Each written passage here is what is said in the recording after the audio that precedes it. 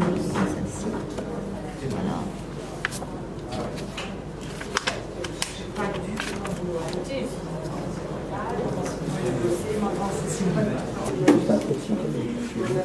Non, normalement, quand on démarre, on est livré. Ah bah, autrement, j'ai pas reçu le planning encore. Non, mais. Et vous avez déjà reçu?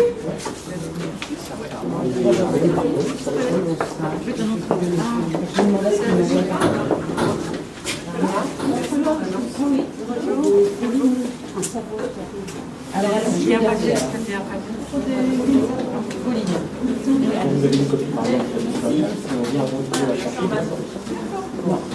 de Nourit Aviv, elle est passionnée de lecture, de compréhension, de réflexion sur les textes, des grandes questions, mais elle a un sens visuel vraiment qui, moi, me sidère beaucoup chaque fois, parce qu'au fond, ces paroles, tu peux t'en aller, je vais faire ton éloge, rien. Ces pensées, ces réflexions, elle les incarne, elle leur donne un... Alors ici, déjà je suis un peu gêné, c'est un film de femme, c'est vraiment un film de femme, je me demande ce que je fais là. Ah oui. Ben, parce que ce qui concerne ces femmes qui reçoivent l'annonce de leur maternité, enfin je sais pas, j'ai été père, mais être père c'est être séparé de la maternité.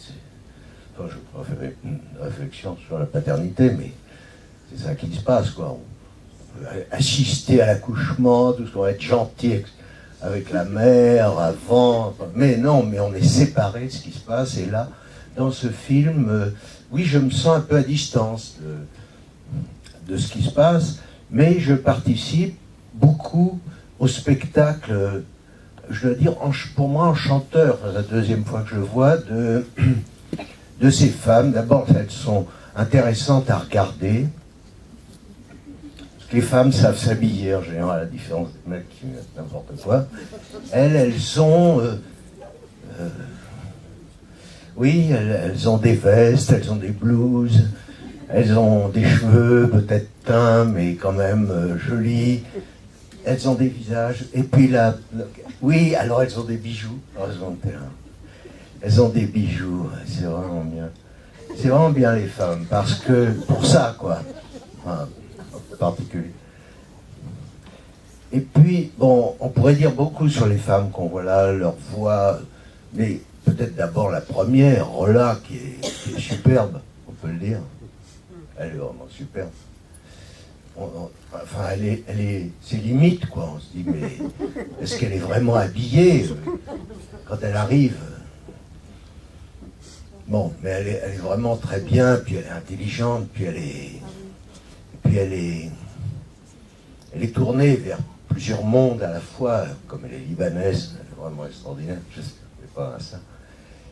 Mais il y a aussi alors tout ce que Nourit sait faire, que j'ai vu dans les films précédents. Par exemple, j'ai encore 5 minutes, les cadres merveilleux, les fenêtres et les portes. Alors elle sait très bien faire ça.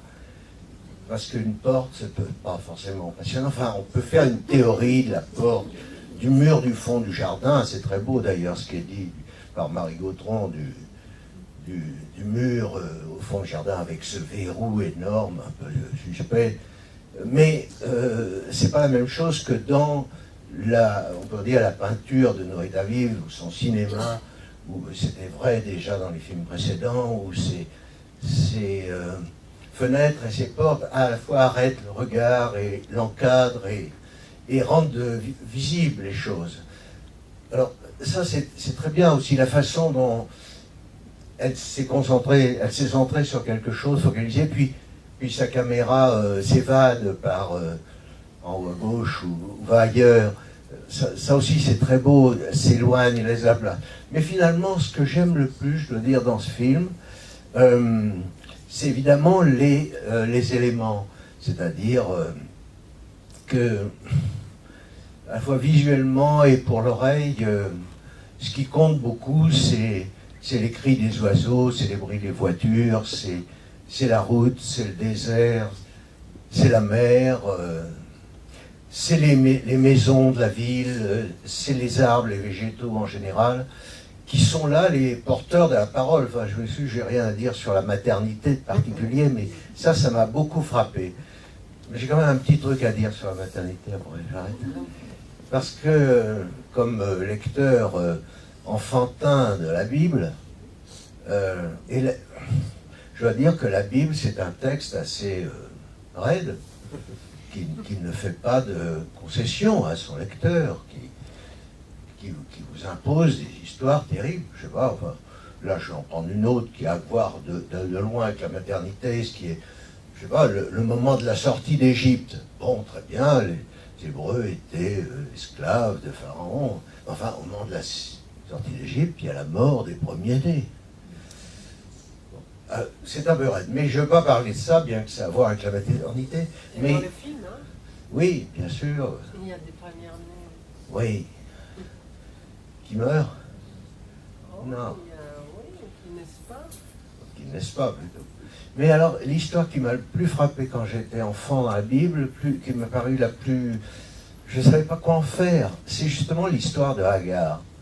Parce que il y a une douleur qui ne nous est pas épargnée. Puis la Bible n'est pas un texte qui explique. Les femmes qu'on a vues, elles expliquent, elles ont compris, elles veulent nous faire partager, nous faire comprendre des trucs. Mais la Bible ne veut pas expliquer. La Bible raconte des choses, et c'est comme ça. Bon, ensuite, depuis plusieurs milliers d'années, on essaie de comprendre ou d'interpréter, d'en faire quelque chose, mais la Bible n'explique rien. Et Hagar, qui subit un sort quand même tout à fait étrange, enfin, je ne dis pas ça par démagogie, si peut-être par démagogie, mais c'est pas parce que elle est étrangère, mais on la fait venir parce qu'elle sera féconde, et puis puisqu'elle est féconde, elle suscite la jalousie, et puis on la fait revenir parce qu'il faut avoir l'enfant. Et cet enfant dont elle va accoucher dans le désert, c'est une histoire qui m'a toujours sidéré. Je suis content qu'ici, elle est toute sa place. Au fond, elle est présente du début à la fin. Cette histoire, non seulement de la descendance d'Ismaël, mais de la proximité avec le désert. Et je veux dire que ça, c'est un des éléments les plus beaux visuellement du film. Enfin, j'aime beaucoup la mer, c'est pas mal, vous voyez, qui fait flouche-flouche avec Barbara Cassin qui fait l'éloge des dieux, c'est merveilleux, je veux dire, c'est vachement bien. Le polythéisme, oui, bon, très bien. Oui, c'est bien, enfin, faut y arriver aussi, c'est pas simple. Hein. Il suffit pas d'être blonde pour arriver au polythéisme. Mais le désert, il a toute sa place dans ce film, je trouve, parce que on le voit, et on voit que le désert, c'est à la fois un lieu, évidemment, d'aridité, mais c'est aussi un lieu de vie extraordinaire. Pas simplement parce que, bon, dans le désert, il y a la parole, mais parce que dans le désert, il y a de la vie, il y a de la végétation. Pour quiconque est allé un tout petit peu dans le désert, il y a des plantes qui poussent, il y a des arbres. Il faut les regarder, il faut les chercher, on ne les trouve pas. Et là, je trouve que le désert est vu avec beaucoup d'affection, par la caméra, par l'œil de la cinéaste. Au fond, elle construit une œuvre. Elle est passionnée par des problèmes intellectuels, mais elle construit une œuvre visuelle, on peut dire. Un truc comme ça. Alors là, le désert a vraiment toute sa place, le désert qui est porteur, donc, selon tout ça, la parole de Dieu, bien sûr, oui. Mais enfin, c'est le désert, et le désert est un lieu de vie qui peut susciter la passion. Enfin, moi je ne suis pas un homme de désert, mais j'en ai connu qui étaient passionnés de désert, des poètes, des marcheurs, des voyageurs, parce que le désert est c'est autre chose, justement, c'est ce qu'il n'y a pas dans le... C'est ce qu'il n'y a pas dans le monde grec dont parle Barbara Cassin. Le désert, c'est vraiment ce qui appartient au Proche-Orient biblique, et aussi au Proche-Orient coranique, et au Proche-Orient des évangiles, puisque Jean-Baptiste, Jésus ont besoin du désert, pas comme une retraite, mais comme un lieu d'où s'ouvre une parole particulière. Bon, vas-y.